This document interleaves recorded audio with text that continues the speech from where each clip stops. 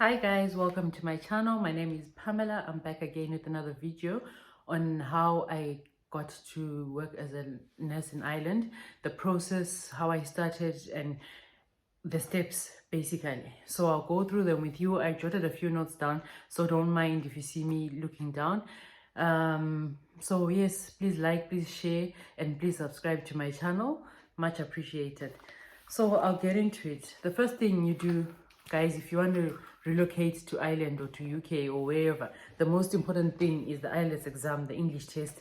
So that's the first thing I did.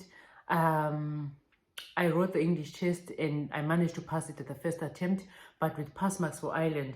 And I just wasn't going to go through the preparation again. So I was cool with Ireland at that time. I had no idea of which place pays more. Like everyone was going to the UK, but I was like content with Ireland. So I told myself I'll process for Ireland. So the next step was registering with the Nmbi. You submit your documents, they verify, they see if you're really a nurse.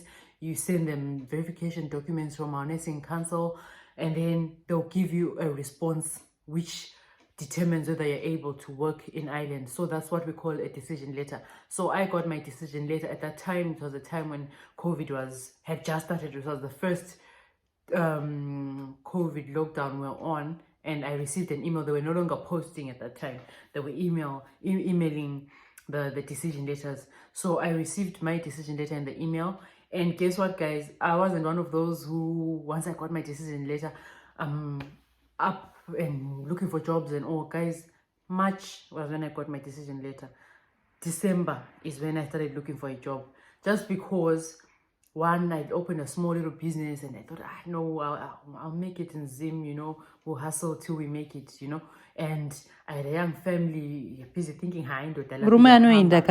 my child, and all those things, guys. You ask yourself, and you've got fear of the unknown. Am I going to be able to work there? Am I going to meet the standards? That's honestly how I felt. But then, as the year came to an end, you could see that things are not getting any better in Zim. You could see that even with the business, it was hard because I was renting a little shop, and with the COVID lockdowns, I was paying rent and the shop was closed 3/4 of the time. Yes, I was selling online and all, but it was so much hard work, and I felt like it's only going to get harder.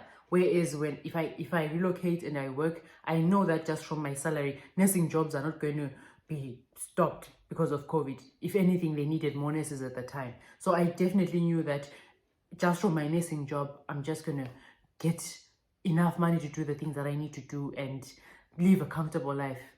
Isn't that why we're all here anyway? So anyway, NMB registration done, NMBI registration done. I got my decision letter. The next step was looking for a job.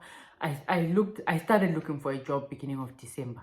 And I was fortunate enough that at the time there were a few agencies that were taking, and I signed up with an agency called Services Healthcare, and they put me in their database, and they had opportunities for PIDS nurses. So they set me up for an interview with them on Skype. So that's another thing. Once you know you're gonna be going on this process, guys, make sure you have Wi-Fi at home, or make sure you have a friend or someone, or you look for like where you're going to be able to do these Skype calls, because they wanted to talk to me first before they even got me the job. They did a Skype call and they did like their own interview with me, and then a few days later they set me up for a job interview that needed to be done on Skype as well. So I did my job interview on Skype, and before the job interview they'll prep you. This is my experience, and this is the agent I'm telling you about. They prepped me for the interview.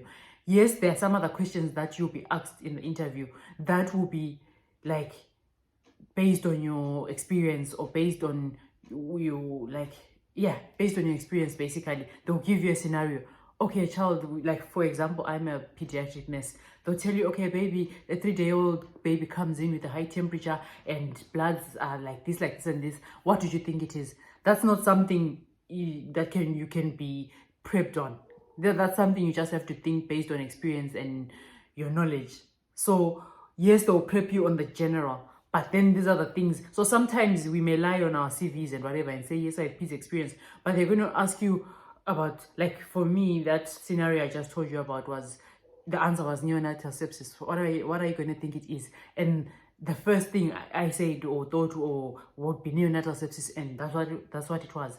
So yes, we may lie on our CVs, but if you're going to lie, make sure you know your stuff. So then after the interview, I got the job. Like they told me a day later, I knew I'd gotten the job. And once I got the job, guys, they were on my case. They wanted us, or me rather, as soon as they could get me here, right? So they wanted their documentation, they wanted the police clearance, they wanted, and bear in mind, guys, this is December. They wanted notarized certificates.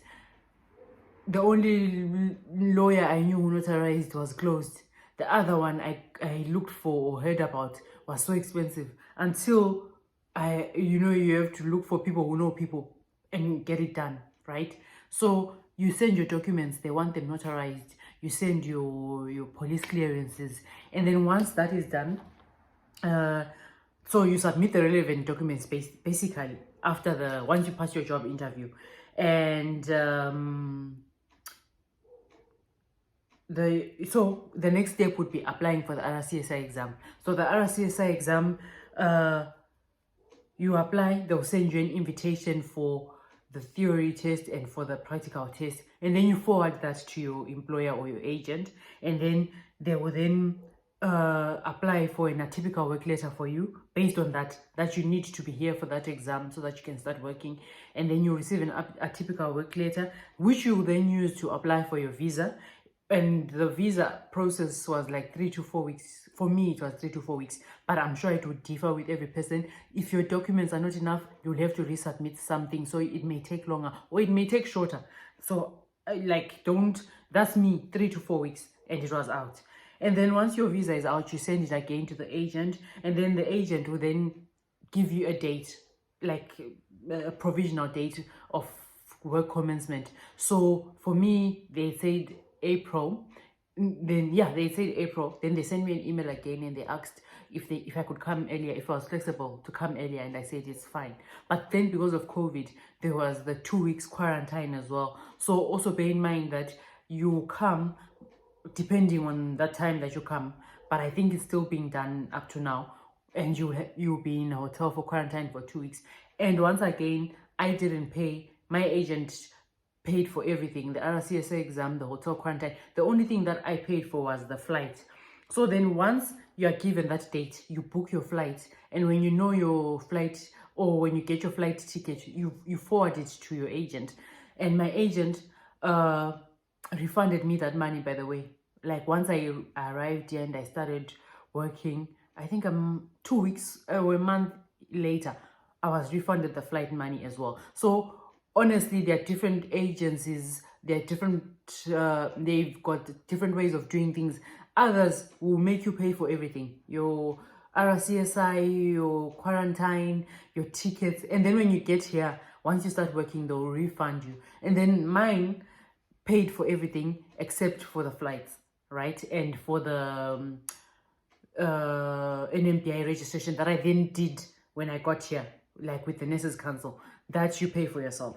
Then the employer will give you information that you need, guys, and also ask. Sometimes they get busy and overlook and think they've sent you the message when they haven't, but they'll give you all the information you need about the hospital you're going to, about the uniforms that are required, about maybe you'll get even I got an adaptation booklet, like about the hospital, what it's all about, and everything concerning the hospital that every worker should do or should know. And then pertaining to uniforms, you can just get 2 or so sewn to keep you going, because once you get here, you realize the quality is different, or the color or whatever, so you probably need to buy again. And because I was coming to I was starting work in a PIDS hospital, initially they said scrubs, like navy blue scrubs, and then when I got here, I got an email that I need printed like character tops.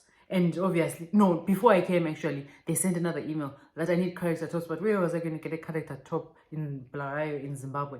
So I moved here, and then I made sure I had a Visa card, and then I ordered one online, and then that's what I used till I knew more and could order more of those. So it all depends on the job that you're going to be doing. And for your own info, like they said navy blue scrubs. When I got here, the CNMs were wearing navy blue scrubs. So imagine, you know, so make sure you know exactly what you're supposed to be wearing and the colors. And then after that, okay, so once you get your day, you've booked your flight, you've got your flight dates, you've sent the employer confirmation, that helps the employer to be able to book your quarantine, because that also needs to be booked in advance. So if they're paying for you, they need that like on time. So make sure you do your things fast and you update them as you go.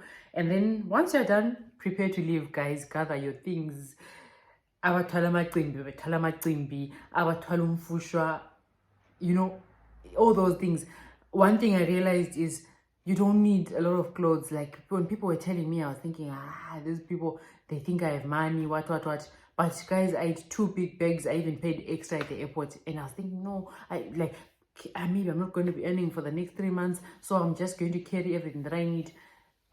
Half of those things I've thrown out. So don't carry unnecessary things. Just carry what you need and check the weather. When I came, it was not even winter. You know that assumption that you think Europe is just cold 24/7. No, when I came, it was actually summertime. And yes, it will be cold on some days. And yes, it's a bit chilly. But when it's summer, you don't really need much of those winter clothes. And by the time it's winter, you can buy everything that you need. So make sure you check the weather. Don't bring winter clothes in summer. And yeah, you'll be given your, okay, the agent will also tell you like what's going to happen when you arrive.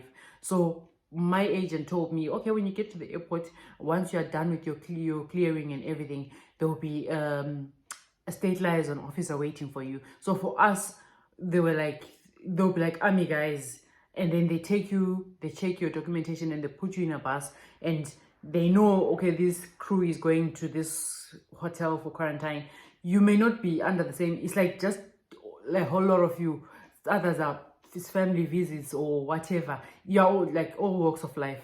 It's not, and then some are like nurses like you from India or wherever, or Dubai. So they take you to the hotel for quarantine where they'll leave you, and then for 2 weeks then. And then the next thing, you get on your flight, guys, you don't look back and you hope for the best.